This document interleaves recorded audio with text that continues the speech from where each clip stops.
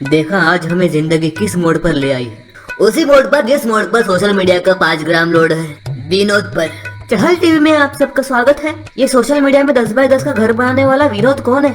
मुझे लगता है विनोद है भी और नहीं भी, क्योंकि मुझे एक दिन वो धुंधला धुंधला सा दिखा। धुंधला धुंधला सा दिख रहा था मतलब विनोद पर घने बादल छाए थे क्या? और वो मुसीबत में था क्या? इतने जल्दी ऐसी भी प्रद्युमन जैसे बातें मत कर, नहीं तो सीआईडी ज्वाइन कर लेना पड़ेगा तेरे को।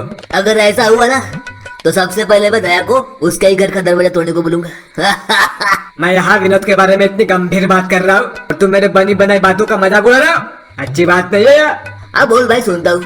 विनोद धुंधला धुंधला सा दिखा मतलब सपने में दिखा। वो मेरे बने बनाए बेसन के लड्डू से इलायची खा रहा था। इसका मतलब मैंने अपने सगाई के लिए आपसे जो बेसन के लड्डू खरीदे थे उसमें इलायची नहीं थी। मेरे कंज्यूमर राइट्स की आपने परवाह नहीं की भाई। माफ करना भाई, तुम्हारे दिल को सिर्फ विनोद की वजह से ठेस पहुंची है। मतलब हम दोनों का दुश्मन एक ही है और वो है विनोद। लेकिन अब आप लोग विनोद को कैसे ढूंढेंगे? विनोद को सिर्फ एक ही बंदा खोज सकता है और वो है, कौन है ऐसा शख्स? राहुल बाबा। भक्त जनों, जिसकी आंखें चार है, ये राहुल बाबा परम्पार है। जैसे रंगों से भरी है पिचकारी, वैसे मेरी बात है गुणकारी। आपके चेहरे पर दिख रही है समस्या, इसीलिए आपने भंग की है मेरी तपस्या। बोलो चंचल बालक, मेरी इस दिव्य शक्ति से तुम क्या अर्जित करना चाहते हो? ना मैं अर्जित करना चाहता हूँ, ना मैं अर्जित को पाना चाहता हूँ। इसका मतलब तुम्हें गाने का शौक नहीं है, डांस करने का शौक नहीं है? शर्मा जी ऐसे बात मत करो, वरना लड़का शर्मा जाएगा। नहीं नहीं भाई, मैं शर्माता नहीं। क्रिकेट के साथ थोड़ा थोड़ा मैं डांस भी कर लेता हूँ, लेकिन क्रिकेट में जो मजा है वो किसी और में नहीं है भाई। राहुल बाबा, एक बार विनोद मिल जाए बस। मेरे बेसन के लड्डू में से जो इलायची निकाली ना उसने, उसका मैं बदला लेके उसका तबादला कर दूंगा। बालक, पहले मुझे ये बताओ, ये विनोद कौन है? हमें तो नहीं पता, आप अपने अंतर्मन में झांक के बताओ हमें, कौन है वो? लगता है ये काम राहुल बाबा से नहीं होगा। नादान बालक, मेरा अंतर्मन ना ही रेड जोन में है ना ही कंटेनमेंट जोन में।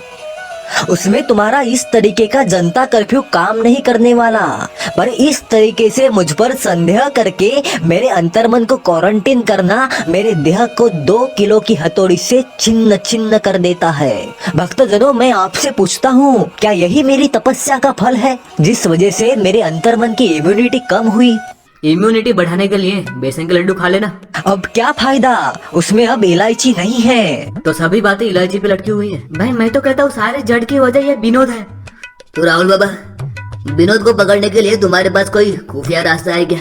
हाँ बालक, है। तो फिर कैसे पकड़ोगे उसे?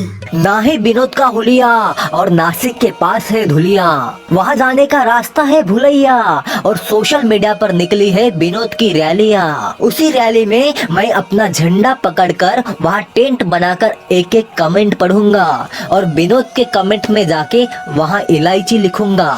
तब उस कमेंट को 7 लाइक होंगे, तब विनोद के हाथ में चहल टीवी के माइक होंगे। इसका मतलब विनोद का इंटरव्यू चहल टीवी पे इससे पहले आ चुका है।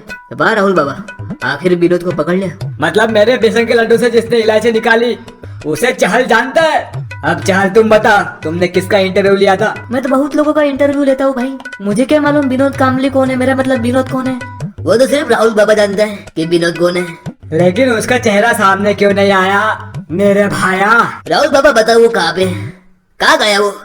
भक्तजनों, विनोद इलायची खाके दालचीनी लाने चीनू के साथ चीनी के पास गया है। इसका मतलब वो चाइनीज माल बेचता है। हमें विनोद का हर चाइनीज माल बाइकआउट करना चाहिए, जैसे मैं उनके हर माल को आरी से काट काट के बाइकआउट करता हूँ, क्योंकि मैं फॉर्म में हूँ। आखिरकार विनोद मेरे हाथ में नहीं लगा। अब मुझे बिना इलायची के ही बेसन के लड्डू खाना पड़ेगा।